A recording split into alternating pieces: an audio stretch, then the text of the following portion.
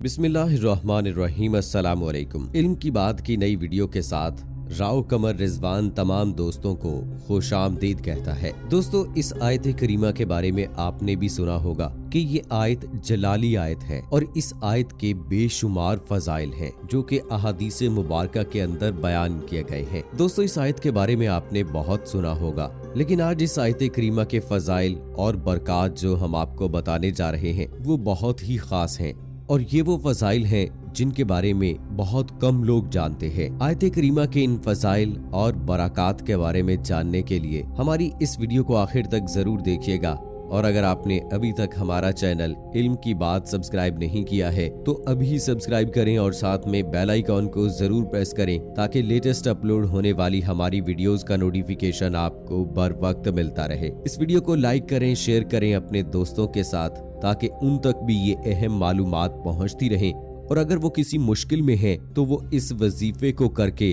अपनी जिंदगी और आखिरत दोनों को संवार सकें। तो आइए दोस्तों, चलते हैं इस आयत करीमा की फजीलत की जानिब। अहादीस मुबारका की रोशनी में भी आपको बताएंगे और दोस्तों, कुरान पाक में इसको किस तरह से बयान किया गया है आज की इस वीडियो में मुकम्मल तौर पर आपको बताते हैं। दोस्तों, आज की वीडियो में आपको उन लोगों के लिए भी वजीफा बताएंगे जो किसी कैद में हैं, जो किसी जेल में मुक़य्यद हो गए हैं या जिंदगी में कोई भी परेशानी, दुख और तकलीफ आती है तो ऐसी सूरत में इस आयत करीमा का आपने वजीफा करना है।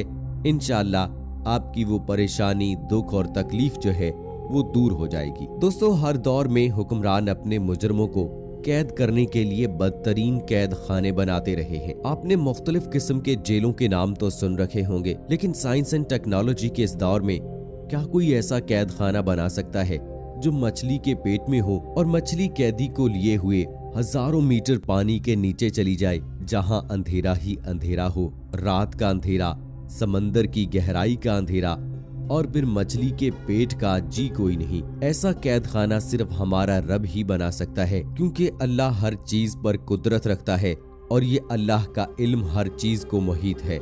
अल्लाह ताला ने हजरत यूनुस अलैहिस्सलाम को इराक के इलाके नैनवा वालों की तरफ मबूस फरमाया था। आप अपनी कौम को ईमान और तौहीद की दावत देते रहे, लेकिन आप अलैहिस्सलाम की कौम आपकी तकज़ीब करती रही और कुफ्र व अनाद पर अड़ी रही। एक मुद्दत की तबलीग के बाद जब आप अलैहिस्सलाम बिल्कुल मायूस हो गए कि कौम ईमान लाने वाली नहीं और अजाब इलाही का वक्त करीब आ गया, तो आप अपनी कौम को 3 दिन के बाद अजाब इलाही की वईद सुनाकर अल्लाह ताला की इजाजत के बगैर वहां से निकल गए और मुश्किल से 2-4 हो गए। अल्लाह ताला ने आप अलैहिस्सलाम को मछली के पेट में कैद कर दिया। सूरह कलम में अल्लाह ताला का इरशाद है, बस अपने रब का फैसला सादिर होने तक सब्र करो और मछली वाले यानी यूनुस अलैहिस्सलाम की तरह न हो जाओ। जब उसने पुकारा था वो गम से भरा हुआ था। सूरह अनबिया में अल्लाह ताला का इरशाद है, मछली वाले हजरत यूनुस अलैहिस्सलाम को याद करो जबकि वो गुस्से से चल दिया और ख्याल किया कि हम उसे पकड़ न सकेंगे, लेकिन हजरत यूनुस अलैहिस्सलाम को जूं ही एहसास हुआ कि उनसे गलती हो गई है, उन्होंने अपने आप को मलामत किया और मछली के पेट के अंधेरे कैद खाने से अल्लाह को पुकारा। सूरह अनबिया की आयत में है, बिलाखिर वो अंधेरों के अंदर से पुकार उठा कि इलाही तेरे सिवा कोई माबूद नहीं, तू पाक है, बेशक मैं अपने नफ्स पर जुल्म किया। तो दोस्तों, हजरत यूनुस अलैहिस्सलाम ने अल्लाह के कैद खाने से रिहाई के लिए तौहीद बारी ताला का ही सहारा लिया और अल्लाह ही की पाक की बयान की। किसी नबी, वली या अल्लाह के किसी बरगुज़ीदा बंदे को नहीं पुकारा और न ही अल्लाह के सिवा किसी और का वसीला पकड़ा। हजरत यूनुस अलैहिस्सलाम ने कहा, ला इलाहा इल्ला अंता, यानी ला इलाहा इल्लल्लाह, जो कि कलमा तौहीद है, और कहा सुबहानका, यानी सुबहान अल्लाह, जो कि अल्लाह ताला की तस्बीह है, और फिर इन्नी कुन्तु मिनज़ ज़ालिमीन, अपनी गलतियों का इकरार और एतराफ उन लफ्जों में किया कि बेशक मैं अपने नफ्स पर जुल्म करने वालों में से हूँ। इस जुमले में इन बातों का एतराफ है कि ऐ अल्लाह, मैंने तेरे हुक्म का इंतजार ना करके तेरा कुछ नहीं बिगाड़ा और मुझे इस कैद में डालकर तूने मुझ पर कोई जुल्म नहीं किया, क्योंकि तू इससे पाक है कि किसी पर जुल्म करे।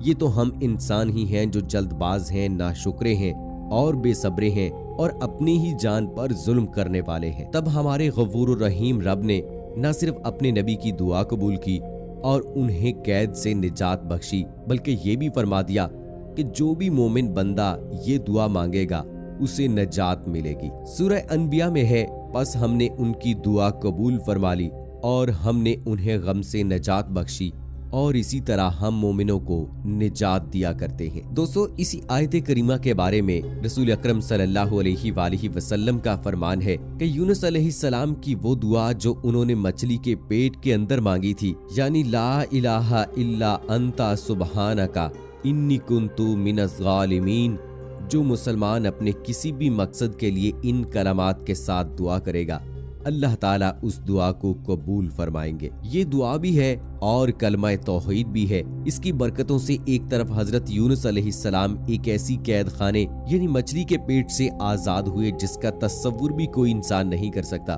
तो दूसरी तरफ उनकी मुशरिक कौम भी शिर्क की जुल्मतों से आजाद हुई और एक अल्लाह पर ईमान ले आई, एक अल्लाह की बंदगी में दाखिल हो गई। दोस्तों, इंसानी तारीख में वाहिद कौम है जिन्हें अल्लाह का अजाब आने के बाद निजात मिली। जैसा कि अल्लाह ताला ने फरमा दिया है सूरह यूनुस में, बस कोई बस्ती ईमान न लाई कि ईमान लाना उसको नफा होता, सिवाय यूनुस अलैहिस्सलाम की कौम के।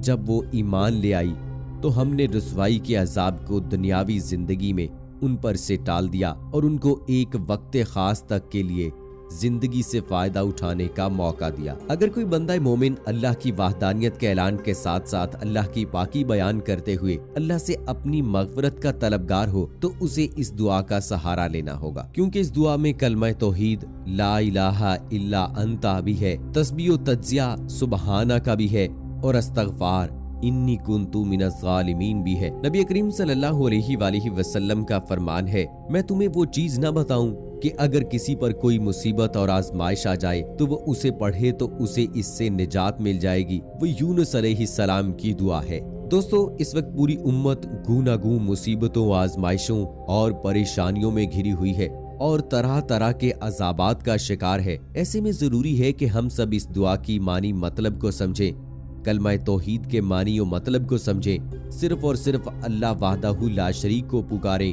उसी से फरियाद करें, उसी से दुआएं मांगे। खास तौर पर के ऐसे वक्त में जब एक वबा ने पूरी दुनिया को अपनी लपेट में लिया हुआ है, इस मुश्किल वक्त में इस दुआ को जरूर कीजिए, इंशाअल्लाह जरूर फायदा होगा। दोस्तों, इस आयत करीमा को अगर कोई शख्स रोजाना रात को सोने से पहले इशा की नमाज के बाद 101 मर्तबा पढ़ लेगा और ऐसा वो मुसलसल 3 दिन करता है तो अल्लाह ताला उसका बड़े से बड़ा काम कर देंगे। और जो शख्स इस आयत करीमा को 7 मर्तबा पढ़कर अपने ऊपर दम कर लेगा तो वो हर बुराई से महफूज रहेगा। और इसी तरह फरमाया कि जो शख्स इस आयत करीमा को 10 मर्तबा पढ़ता है तो उसकी हर दुआ कबूल होती है। वो जब भी इस दुआ को 10 मर्तबा पढ़कर दुआ करता है तो अल्लाह ताला उसकी दुआ कबूल फरमाता है। इस आयत मुबारका में अल्लाह ताला ने बड़ी फजीलत रखी है। कमी हमारे ईमान की है कि जब भी कोई वजीफा करते हैं तो डबल माइंडेड हो जाते हैं, यानी बीच में पता नहीं के अल्फाज ले आते हैं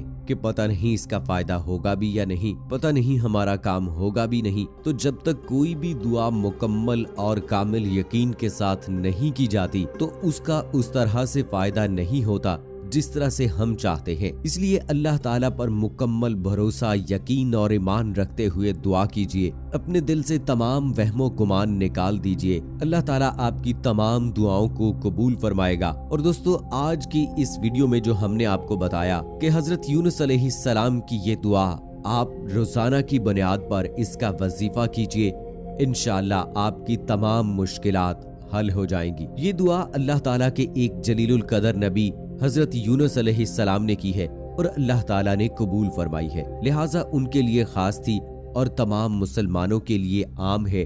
बस जो भी शिर्क से बरात और अपनी गुनाहों के इकरार व पशेमानी के साथ इन कलामात के जरिए अपने लिए दुआ मांगेगा, अल्लाह ताला की तरफ से उसके लिए कबूलियत का वादा हो चुका है। बीमारी में 40 मर्तबा ये दुआ पढ़ने वाला शख्स अगर इसी बीमारी में फौत हो जाए तो उसको शहीद का अजर मिलेगा और अगर वो सेहत याब हो जाए तो उसके तमाम गुनाहों को बख्श दिया जाएगा। तो दोस्तों, हर नमाज के बाद जब आप दुआ मांगते हैं तो इस आयत करीमा को हर दुआ में शामिल किया करें। अल्लाह ताला हमारी तमाम मुश्किलात को दूर करे, हमें तमाम तकलीफों से महफूज रखे, अपने बताए हुए और रसूल अकरम सल्लल्लाहु अलैहि वसल्लम के बताए हुए तरीकों के मुताबिक जिंदगी गुजारने की तौफीक अता फरमाए। आमीन सुम्मा आमीन।